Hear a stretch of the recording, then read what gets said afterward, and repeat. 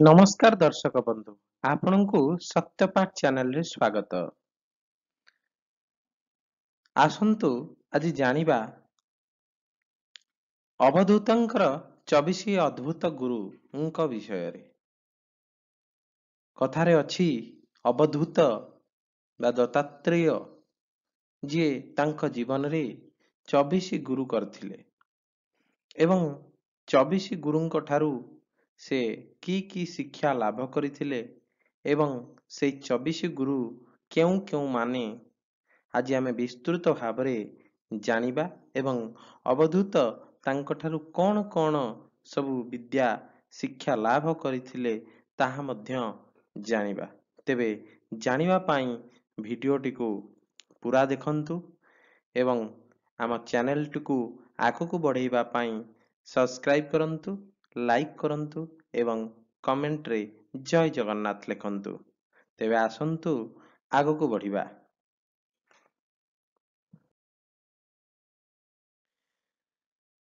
ओम गुरुदेवाय विद्महे परम ब्रह्माय धीमहि तन्नो गुरु प्रचोदयात्।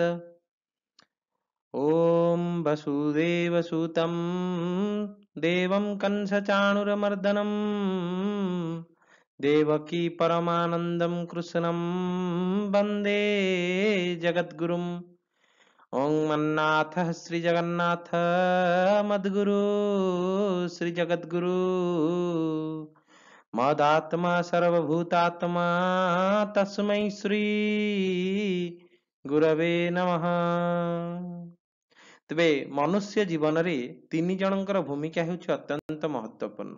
ଜଣେ ହେଲେ ଜନ୍ମଦାତ୍ରୀ ମା ଏବଂ ଦ୍ୱିତୀୟ ଜଣକ ହେଲେ ପାଳନହାରୀ ପିତା ଏବଂ ଆଉ ତୃତୀୟ ଜଣକ ହେଲେ ଆମର ଗୁରୁ। ଗୁରୁ ଯିଏ ଆମକୁ ଅଜ୍ଞାନ ରୂପକ ଅନ୍ଧକାରରୁ ଜ୍ଞାନ ରୂପକ ଆଲୋକ ଦିଗକୁ ପଥ ପ୍ରଦର୍ଶନ କରନ୍ତି। ଶ୍ରୀମଦ୍ ଭାଗବତମରେ ଏକାଦଶ ସ୍କନ୍ଧରେ ଅବଧୂତ ବା ଦତ୍ତାତ୍ରେୟ ମୁନିଙ୍କର 24 ଜଣ ଗୁରୁ ଥିବାର ଉଲ୍ଲେଖ ରହିଛି। ମହାମୁନି ଦତ୍ତାତ୍ରେୟଙ୍କର ବାର୍ତ୍ତା ଅନୁସାରେ ସୃଷ୍ଟିରେ ସଭିଙ୍କ ଠାରୁ ଆମେ କିଛି ନା କିଛି ଶିକ୍ଷା ଲାଭ କରିପାରିବା। ଶ୍ରୀମଦ୍ ଭାଗବତମ ଅନୁସାରେ 24 ଜଣ ଗୁରୁଙ୍କ ଠାରୁ ମହାମୁନି ଅବଧୂତ କିଛି ନା କିଛି ଜ୍ଞାନ ଆହରଣ କରିଥିଲେ। ତେବେ ଆସନ୍ତୁ ଆଜି ଜାଣିବା ଏହି 24 ଗୁରୁଙ୍କ ବିଷୟରେ।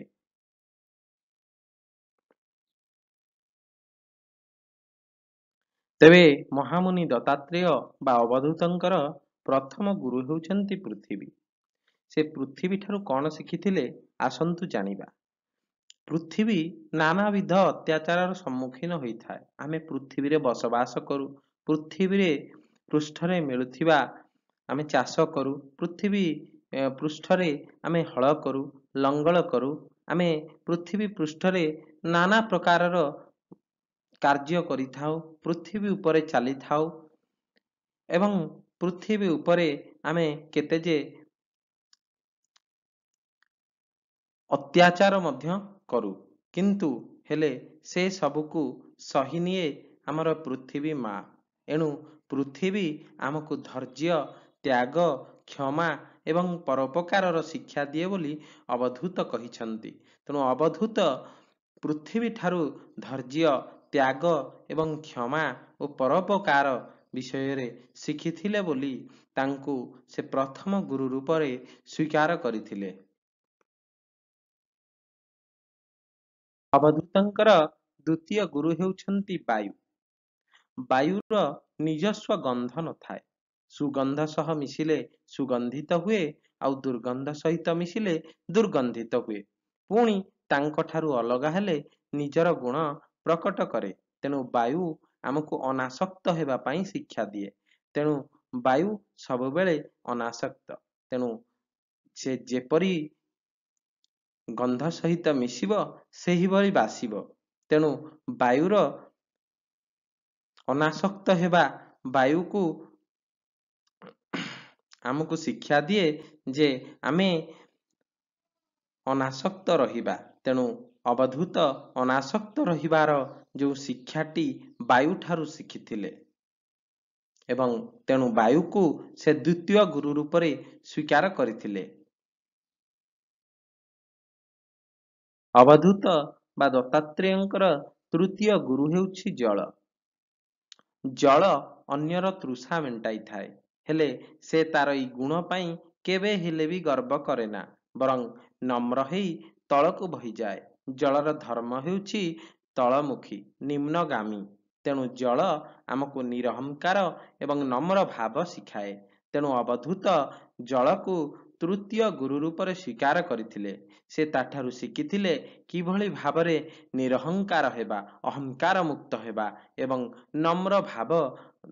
ନମ୍ର ଭାବରେ ବହିଯିବା। ତେଣୁ ଅବଧୂତ ଜଳଠାରୁ ଏହି ଶିକ୍ଷା ଗ୍ରହଣ କରିଥିଲେ। ଅବଧୂତଙ୍କର ଚତୁର୍ଥ ଗୁରୁ ହେଉଛନ୍ତି ଅଗ୍ନି। ଅଗ୍ନି କୌଣସି ଆକାର ନଥାଏ। ଅଗ୍ନିର କୌଣସି ଆକାର ନଥାଏ। ସେ ସବୁବେଳେ ଦହନ କରୁଥିବା ବସ୍ତୁର ଆକାର ଧାରଣ କରିନିଏ। ସେ ସବୁ ଭକ୍ଷଣ କରୁଥିଲେ ସୁଦ୍ଧା ନିଜେ ଶୁଦ୍ଧ ରହିଥାଏ। ଅଗ୍ନି ସବୁ ବସ୍ତୁକୁ ଅଙ୍ଗାରରେ ପରିଣତ କରେ।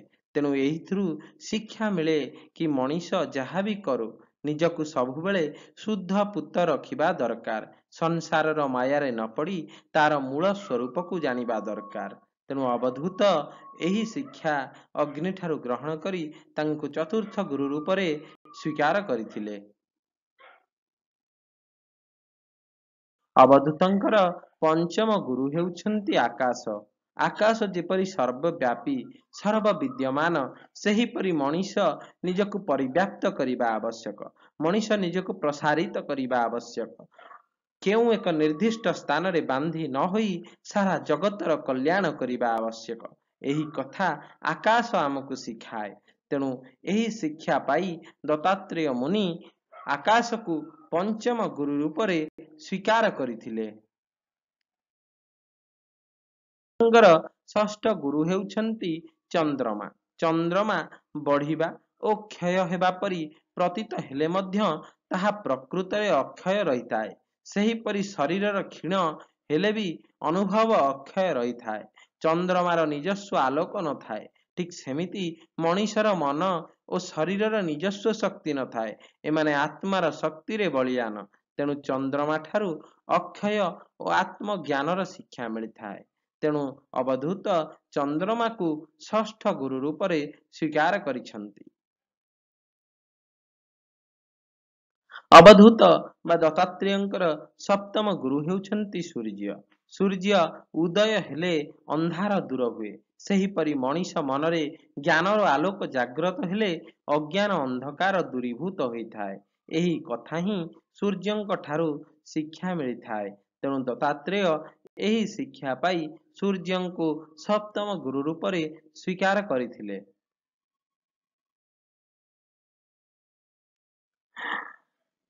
ଅବଧୂତଙ୍କର ଅଷ୍ଟମ ଗୁରୁ ହେଉଛନ୍ତି କପୋତ। କପୋତ ପକ୍ଷୀ। କପୋତ ପକ୍ଷୀ ଜାଲରେ ପଡ଼ିଥିବା ନିଜ ଶାବକକୁ ରକ୍ଷା କରିବା ପାଇଁ ଦିନେ କପୋତୀ ସହିତ କପୋତ ନିଜେ ଜାଲରେ ପଡ଼ିଥିଲା।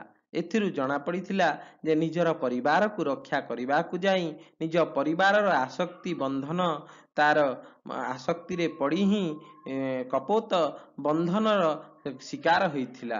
କାରଣ ବନ୍ଧନର କାରଣ ବୋଲି ତାଠାରୁ ଶିକ୍ଷା ମିଳେ। ତେଣୁ ଆସକ୍ତି ହିଁ ବନ୍ଧନର କାରଣ ବୋଲି ତାହାଠାରୁ ଶିକ୍ଷା ମିଳେ। ଏହି ଶିକ୍ଷା ଗ୍ରହଣ କରି ଦତ୍ତାତ୍ରେୟ ମୁନି କପୋତକୁ ଅଷ୍ଟମ ଗୁରୁ ରୂପରେ ସ୍ୱୀକାର କରିଥିଲେ। ଦତ୍ତାତ୍ରେୟ ମୁନିଙ୍କର ନବମ ଗୁରୁ ହେଉଛନ୍ତି ଅଜଗର। ଅଜଗର ସର୍ପ। ଅଜଗର ସର୍ପ ସର୍ବଦା ଅଳସୁଆ। ସେ ଗୋଟିଏ ଜାଗାରେ ପଡ଼ି ରହିଥାଏ ଏବଂ ଯାହା ପାଖକୁ ଆସେ, ଯେକୌଣସି ଜୀବ ତା ପାଖ ଦେଇ ଗତି କରେ, ସେ ତାକୁ ହିଁ ଖାଦ୍ୟ ଭାବରେ ଗ୍ରହଣ କରେ। ଅଜଗର ଖାଦ୍ୟ ପ୍ରତି ଲୋଭ ନ ରଖି ଯାହା ମିଳିବ ସେଥିରେ ଉଦର ପୂରଣ କରି ସର୍ବଦା ନିଜର ମୂଳ ସ୍ୱରୂପର ଧ୍ୟାନରେ ମଗ୍ନ ରହିବାର ଶିକ୍ଷା ଅଜଗରଠାରୁ ମିଳେ ବୋଲି ଦତ୍ତାତ୍ରେୟ ମୁନି ଅନୁଭବ କରିଥିଲେ ଏବଂ ଅଜଗରକୁ ନିଜର ନବମ ଗୁରୁ ରୂପରେ ସେ ସ୍ୱୀକାର କରିଥିଲେ। ଦତ୍ତାତ୍ରେୟ ମୁନି ବା ଅବଧୂତଙ୍କର ଦଶମ ଗୁରୁ ହେଉଛି ସିନ୍ଧୁ। ସିନ୍ଧୁ ବା ସମୁଦ୍ର। ସବୁ ନଦୀର ପାଣି ମିଶିଲେ ମଧ୍ୟ ସମୁଦ୍ର ନିଜର ସମତା ରକ୍ଷା କରିଥାଏ। ନା ଅଧିକ ଉଛୁଳେ ନା ଟିକିଏ ମାତ୍ର ସୁଖେ। ସାଂସାରିକ ବିଷୟ ବାସନା ଥିଲେ ମଧ୍ୟ ନିଜର ମର୍ଯ୍ୟାଦା ଲଙ୍ଘନ ନ କରିବାର ଗୁଣ ଏବଂ ସମତା ତଥା ନିଶ୍ଚଳ ମନ ସମୁଦ୍ରଠାରୁ ଶିକ୍ଷା ମିଳେ। ତେଣୁ ଦତ୍ତାତ୍ରେୟ ଏହି ଶିକ୍ଷା ଗ୍ରହଣ କରି ସମୁଦ୍ରକୁ ଦଶମ ଗୁରୁ ରୂପରେ ସ୍ୱୀକାର କରିଥିଲେ। କୀଟ ପତଙ୍ଗ ହେଉଛନ୍ତି ଦତ୍ତାତ୍ରେୟ ମୁନିଙ୍କର ଏକାଦଶ ଗୁରୁ। କୀଟ ପତଙ୍ଗମାନେ ସର୍ବଦା ଅଗ୍ନି ବା ଜ୍ୱଳନଶୀଳ ପଦାର୍ଥ ପ୍ରତି ଆକର୍ଷିତ ହୁଅନ୍ତି। ପତଙ୍ଗଠାରୁ ଦୁଇଟି ଜିନିଷ ଶିଖିବାକୁ ମିଳେ। ଇନ୍ଦ୍ରିୟ ଭୋଗ୍ୟ ବସ୍ତୁ ସକଳରୁ ନିଜକୁ ନିବୃତ୍ତ ନ କରିପାରିଲେ ଅଗ୍ନିରେ ପତଙ୍ଗ ସମ ନିଜର ବିନାଶ ହୋଇଥାଏ। ଜ୍ଞାନୀମାନେ ଜ୍ଞାନର ସନ୍ଧାନ ପାଇଁ ସେଥିରେ ଏମିତି ମଜି ଯାଆନ୍ତି ଯେ ନିଜର ବ୍ୟକ୍ତିଗତ ସୀମିତ ସତ୍ତାକୁ ଭସ୍ମ କରି ନିର୍ଗୁଣ ନିରାକାର ସତ୍ତାକୁ ଲାଭ କରନ୍ତି। ଏହା ମଧ୍ୟ ପତଙ୍ଗ ବା କୀଟଠାରୁ ଶିକ୍ଷା ମିଳେ। ମଧୁପ ବା ମହୁମାଛି ହେଉଛି ଦତ୍ତାତ୍ରେୟ ବା ଅବଧୂତଙ୍କର ଦ୍ୱାଦଶ ଗୁରୁ। ମଧୁପ ଫୁଲକୁ ଫୁଲ ଉଡ଼ି ମଧୁ ସଂଗ୍ରହ କରୁଥିବା ମହୁମାଛି। ବିଭିନ୍ନ ଶାସ୍ତ୍ର ଅଧ୍ୟୟନ କରି ସାରକୁ ଗ୍ରହଣ କରିବା ଉଚିତ ବୋଲି ଦତ୍ତାତ୍ରେୟ ମୁନି ମହୁମାଛିଠାରୁ ଶିକ୍ଷା ଗ୍ରହଣ କରିଥିଲେ। କାରଣ ମହୁମାଛି ଏ ଫୁଲରୁ ସେ ଫୁଲକୁ ଉଡ଼ି ମହୁ ସଂଗ୍ରହ କରିଥାଏ। ସେହିଭଳି ବିଭିନ୍ନ ଶାସ୍ତ୍ର ଅଧ୍ୟୟନ କରି ତାର ସାରକୁ ଗ୍ରହଣ କରିବା ଉଚିତ। ଦତ୍ତାତ୍ରେୟଙ୍କର ତ୍ରୟୋଦଶ ଗୁରୁ ବା 13 ନମ୍ବର ଗୁରୁ ହେଉଛନ୍ତି ଗଜରାଜ ବା ହସ୍ତୀ। ନକଲି ମାଇ ହାତୀକୁ ଦେଖି ନିଜର ଜାନ୍ତବ କ୍ଷୁଧାର ପରିତୃପ୍ତି ପାଇଁ ହାତୀ ମାଡ଼ି ଆସେ ଓ ଶିକାରୀ ଦ୍ୱାରା ଖୋଳା ଯାଇଥିବା ଗାତରେ ପଡ଼ିଯାଏ। କାମନା ଓ ବାସନାର ନିୟନ୍ତ୍ରଣ କରିବା ଗଜ ବା ହାତୀଠାରୁ ଶିକ୍ଷା ମିଳେ। ନିର୍ଗୁଣ ନିରାକାର ସତ୍ତାକୁ ଲାଭ କରନ୍ତି, ଏହା ମଧ୍ୟ ପତଙ୍ଗ ଠାରୁ ଶିକ୍ଷା ମିଳେ। ତେଣୁ ଦତ୍ତାତ୍ରେୟ ମୁନି ଗଜକୁ ତ୍ରୟୋଦଶ ଗୁରୁ ଭାବରେ ଗ୍ରହଣ କରିଥିଲେ। ଦତ୍ତାତ୍ରେୟ ମୁନିଙ୍କର ଚତୁର୍ଦ୍ଦଶ ଗୁରୁ ବା 14 ନମ୍ବର ଗୁରୁ ହେଉଛନ୍ତି ପିମ୍ପୁଡ଼ି ବା ଭଅଁର। ପିମ୍ପୁଡ଼ି ଓ ଭଅଁର। ଏହି ପିମ୍ପୁଡ଼ି ଓ ଭଅଁର ଅକ୍ଳାନ୍ତ ପରିଶ୍ରମ କରି ଅତି କଷ୍ଟରେ ସଂଗ୍ରହ କରି ସଞ୍ଚୟ କରିଥିବା ଖାଦ୍ୟ କଣିକାର ଗନ୍ଧରେ ଆକର୍ଷିତ ହୋଇ ଅନ୍ୟ ପ୍ରାଣୀମାନେ ଏହାକୁ ତାଠାରୁ ଅପହରଣ କରିଥାନ୍ତି। ଏଥିରୁ ଏହି ଶିକ୍ଷା ମିଳେ ଯେ ସଂଗ୍ରହ କରିଥିବା ପ୍ରବୃତ୍ତି ଚୋରି ଡକାୟତି ବା ହତ୍ୟାରେ ପରିସମାପ୍ତ ହୁଏ। ତେବେ ପିମ୍ପୁଡ଼ିଠାରୁ ଏକ ଭଲ ଗୁଣ ଶିଖିବାକୁ ମିଳେ। ଆତ୍ମ ସାକ୍ଷାତକାର, ଅନ୍ୱେଷୀ, ମୁମୁକ୍ଷୁ, ନିରଳସ ଭାବରେ ନିଜ ମାର୍ଗରେ ଅଗ୍ରଗତି କରିବା ଦରକାର। କାରଣ ପିମ୍ପୁଡ଼ି ସଦାସର୍ବଦା ନିଜର ଖାଦ୍ୟ ସଂଗ୍ରହରେ ବ୍ୟସ୍ତ ଥାଏ, ନିଜ କାର୍ଯ୍ୟରେ ବ୍ୟସ୍ତ ଥାଏ।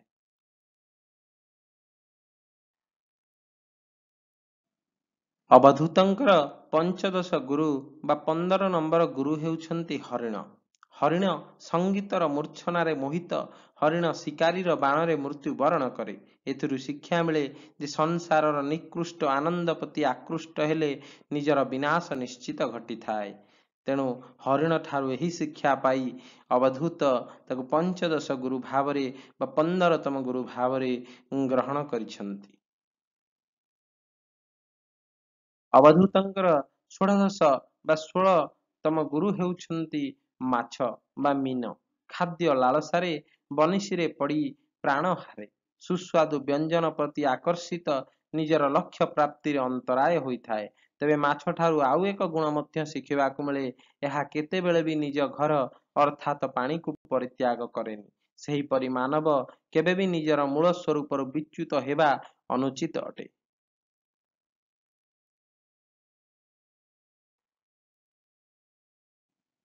ଅବଧୂତଙ୍କର ସପ୍ତଦଶ ଗୁରୁ ବା 17ତମ ଗୁରୁ ହେଉଛନ୍ତି ଜଣେ ବେଶ୍ୟା ବା ଦେହଜୀବୀ। କାମ ପିପାସାରେ ମତ୍ତ ହୋଇ ଏକଦା ପିଙ୍ଗଳା ନାମକ ବେଶ୍ୟା ଧନ ଲୋଭରେ ଅନ୍ଧ ହୋଇ ଏକ ନିର୍ଦ୍ଦିଷ୍ଟ ପୁରୁଷକୁ ରାତି ସାରା ଚାହିଁ ରାତି କଟେଇ ଦେବା ପରେ ଅନୁଭବ କଲା ଯେ ମିଥ୍ୟା ମାୟାରେ ମୋହିତ ହୋଇ ସେ ମସ୍ତ ବଡ଼ ଭୁଲ କରିଛି।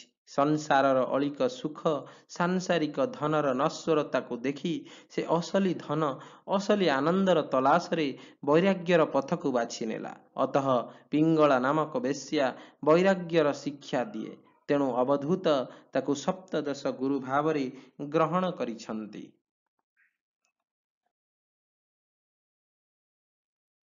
ଅବଧୂତଙ୍କର ଅଷ୍ଟାଦଶ ଗୁରୁ ହେଉଛନ୍ତି ଚିଲ ବା ମାଟିଆ ଚିଲ କରୁର।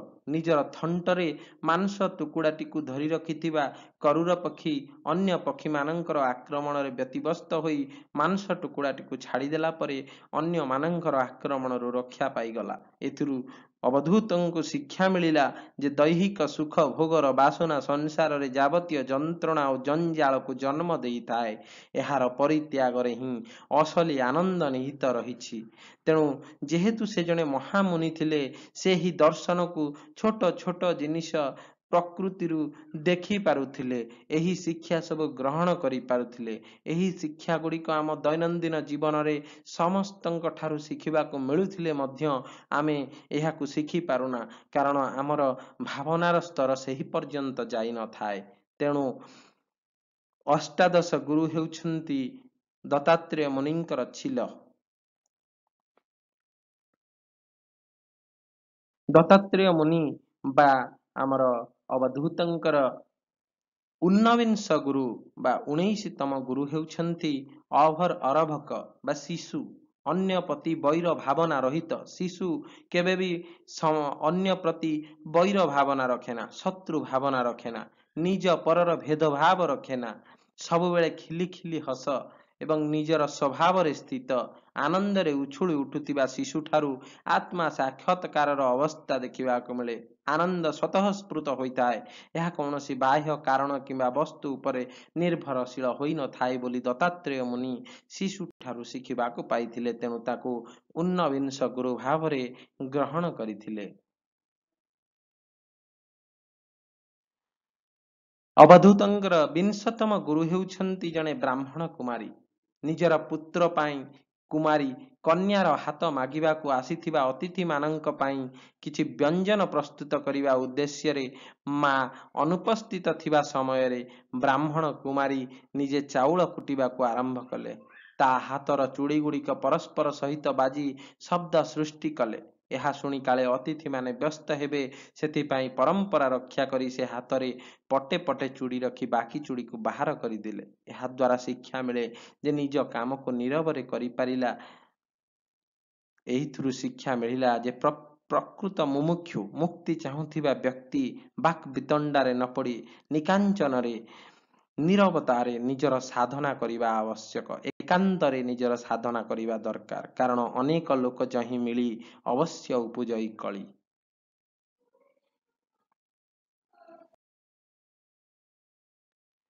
ସର୍ପ ହେଉଛି ଅବଧୂତଙ୍କର ଏକବିଂଶ ବା 21ତମ ଗୁରୁ। ନିଜେ ଗାତ ନ ଖୋଳି ଅନ୍ୟ ପଶୁ ପକ୍ଷୀ କୀଟ ମାନେ କରିଥିବା ଗାତରେ ସାପ ରହିଯାଏ ଏବଂ ଏହିପରି ବୈରାଗୀ ସନ୍ନ୍ୟାସୀମାନେ ସଂସାରୀ ଲୋକମାନେ ତିଆରି କରିଥିବା ଘରେ ଅଥବା ପରିତ୍ୟକ୍ତ ଘରେ ବା ଗଛ ମୂଳରେ ରହିଥାନ୍ତି। ସାପ ନିଜର କାତି ଛାଡ଼ିଲା ପରି ବୈରାଗୀମାନେ ମୃତ୍ୟୁ ସମୟରେ ସମ୍ପୂର୍ଣ୍ଣ ସଜାଗ ହୋଇ ନିଜର ମୂଳ ସ୍ୱରୂପରେ ମନୋନିବେଶ ପୂର୍ବକ ପୁରୁଣା ଦେହକୁ ତ୍ୟାଗ କରି ନୂତନ ଦେହକୁ ଧାରଣ କରନ୍ତି। ତେଣୁ ଅବଧୂତ ସର୍ପକୁ ନିଜର ଏକବିଂଶ ବା 21ତମ ଗୁରୁ ଭାବରେ ଗ୍ରହଣ କରିଥିଲେ।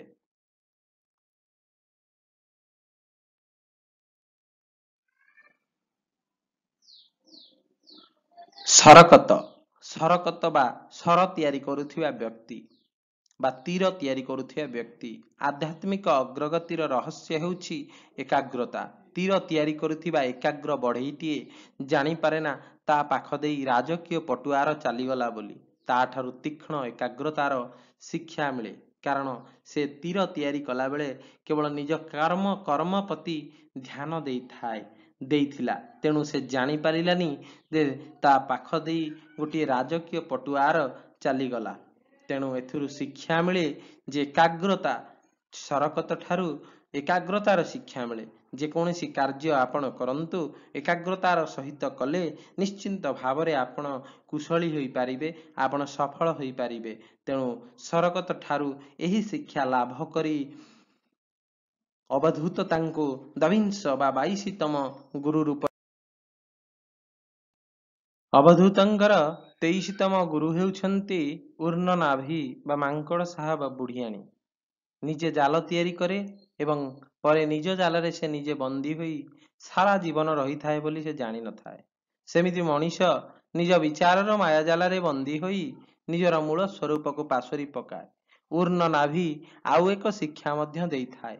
परमात्मा निजक विभिन्न शरीर माध्यम प्रकट करिथांती, विभिन्न इंद्रिय माध्यम संसार रस आस्वादन करिथांती। परिशेष निज गढ़ा संसार को निज भीतर को गोटेई नहीं थांती। तेणु अवधूत तांको 23तम गुरु हिसाब रे ग्रहण करथिले।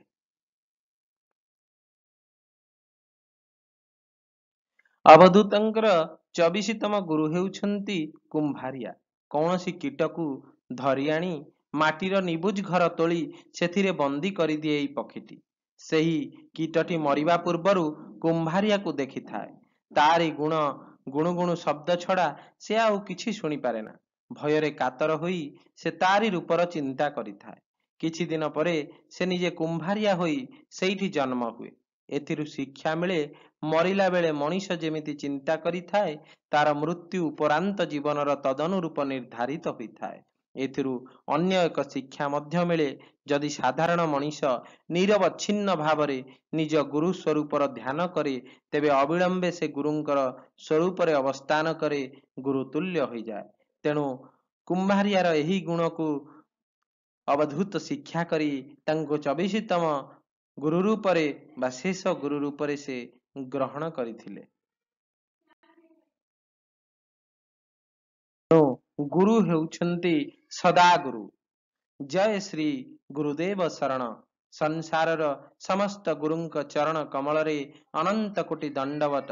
ओम श्री गुरु गोविंदाय नमो नमः। बंधु तेबे भिडियोटी को एठी रखिबा। जदि भिडियोटी आपनकु भल लागिला, एही विषयटी जदि आपनकु भल लागिला तेबे लाइक शेयर सब्सक्राइब करने को भूलिबेनी एवं कमेंट रे जय जगन्नाथ जय गुरुदेव लिखा को भूलिबेनी। जदि आपणकर लाइक शेयर अधिक मात्रा रे हुए एही भली विषय मु पुणी आनिबा को चेष्टा करिवि। तेबे आज पाई एतिकी। सत्य पाठ चैनल रु विदाय नउछि। थैंक यू एंड नमस्कार। जय जगन्नाथ।